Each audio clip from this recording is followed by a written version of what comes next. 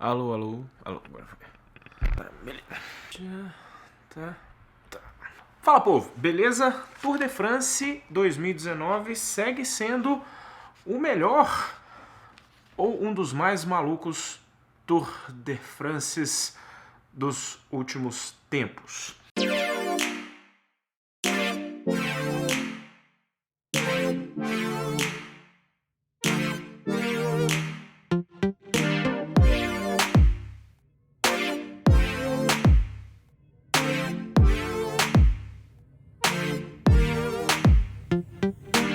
Inclusive, na transmissão, os comentaristas lá da ESPN estavam falando sobre isso, que os comentários de várias pessoas, tipo o Bernard Hinault, enfim, algumas personalidades do ciclismo, Ed Merckx, etc., comentando isso, de que realmente esse Tour de France está sendo uma coisa bastante impressionante, ser o Tour de France mais inesperado que eles já viram, que realmente aconteceu coisas bastante impressionantes. O Tour de France, que geralmente é uma competição muito previsível e de certa forma, apesar da grandiosidade, às vezes um pouco monótona, por conta da previsibilidade, por exemplo, naquela era Sky toda ali, que eram sempre as etapas muito controladas, etc. Esse ano realmente está uma maluquice. A etapa de hoje rolou uma bagunça completa. Só explicar um pouquinho o contexto, falando um pouco da etapa de ontem. Eu tinha feito aquele vídeo falando será que o impossível vai acontecer no Tour de France, que seria a vitória do Alaphilippe, e que faltavam 3 etapas de alta montanha. A etapa que aconteceu ontem, na quinta-feira, a etapa de hoje e a etapa de amanhã. A etapa de ontem foi uma etapa de 208 km com 3 montanhas categorizadas, sendo a última dela o Col do Galibier, com 23 km e 5% de inclinação média. E lembrando que ela não terminava em subida. Subia o Galibier, aí depois descia 20 km até a chegada. Fuga enorme com 33 ciclistas. O vencedor da etapa foi o Nairo Quintana. Legal que o Nairo Quintana não apareceu muito durante esse tour e agora conseguiu a vitória da etapa. Com a vitória que ele conseguiu, ele andou muito na classificação geral, voltou para o top 10, ele está em 7º lugar no top 10 até o final da etapa. Então deu uma recuperada ali no dia, né?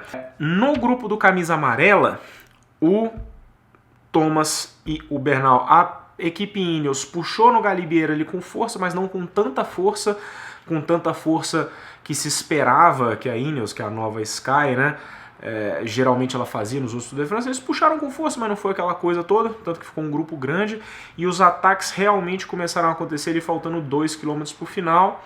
O Bernal atacou, conseguiu abrir uma distância, depois o Thomas atacou também, o Alaphilippe sobrou um pouquinho, mas como o Alaphilippe desce muito bem, na descida ele conseguiu buscar o Geraint Thomas, mas ele perdeu bastante tempo pro Bernal.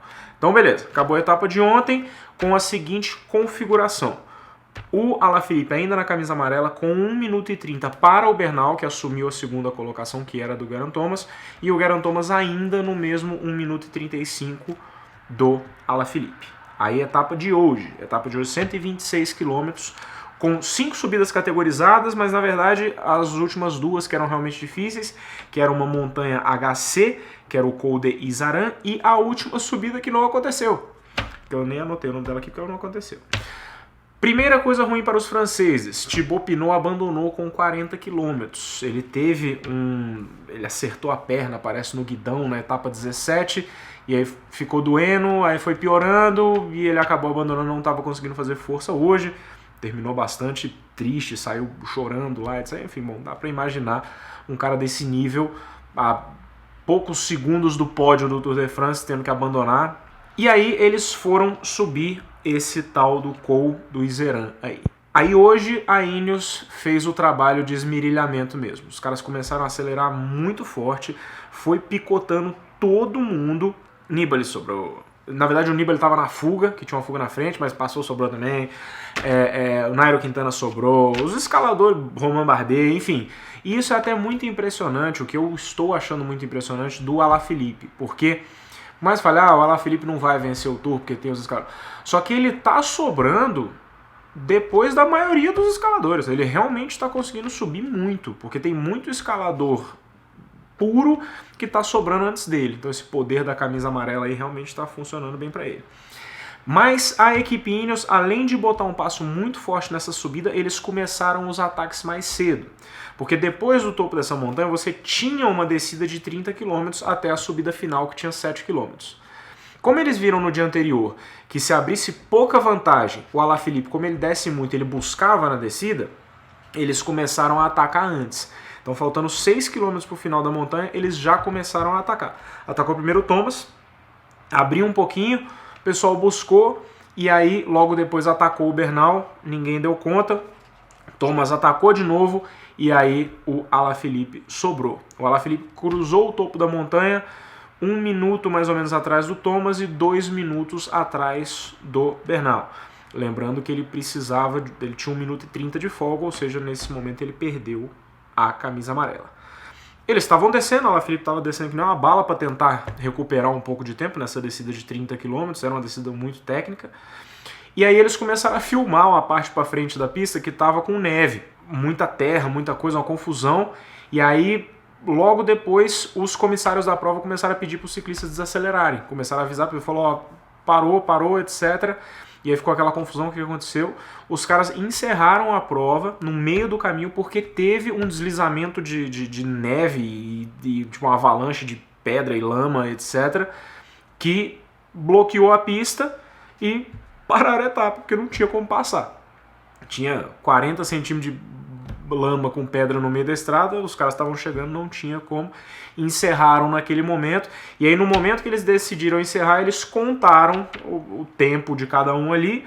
O Bernal assumiu a camisa amarela, o Alaphilippe ficou 48 segundos atrás, se eu não me engano, cadê aqui? 48 segundos atrás, o Thomas 1 minuto e 16, então agora o Alaphilippe está em segundo, o Thomas está em terceiro, e o Kruijswijk está em quarto, 1 minuto e 28. Cortou o final, ficou essa bagunça, o Alaphilippe de qualquer forma perdeu a camisa amarela.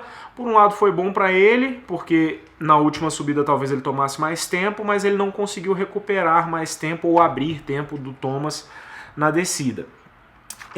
A etapa de amanhã, que seria uma etapa de 130 km, com 33 km de subida para o final, ela foi muito encurtada, ela veio para 59 km, ou seja, vai ser uma etapa curtíssima, que vai largar de Albertville, vai até Val Thorens, que inclusive foi uma viagem que eu fiz de carro esse ano, larga de Albertville, perto de Annecy, e depois vai para Val Thorens. E vai ter ainda a subida final.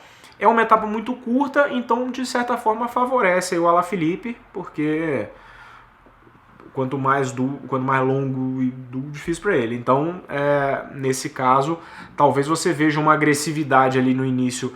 Não sei se ele vai tentar ser conservador para manter um lugar no pódio, para tentar manter a distância aí do Geraint Thomas, ou pelo menos perder do Geraint Thomas, mas manter a distância do Kruijswijk, que está um pouco mais atrás.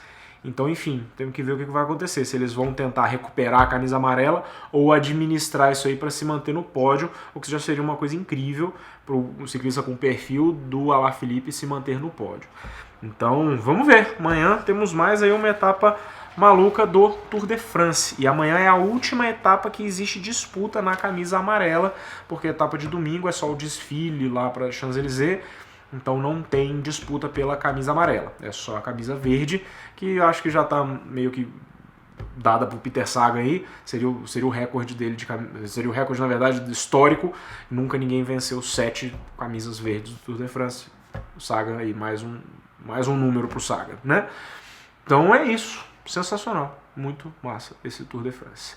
Então acompanhe amanhã, e é isso, se inscreve no canal, like no vídeo, aquela coisa toda. Falou, turma, abraço. Yeah.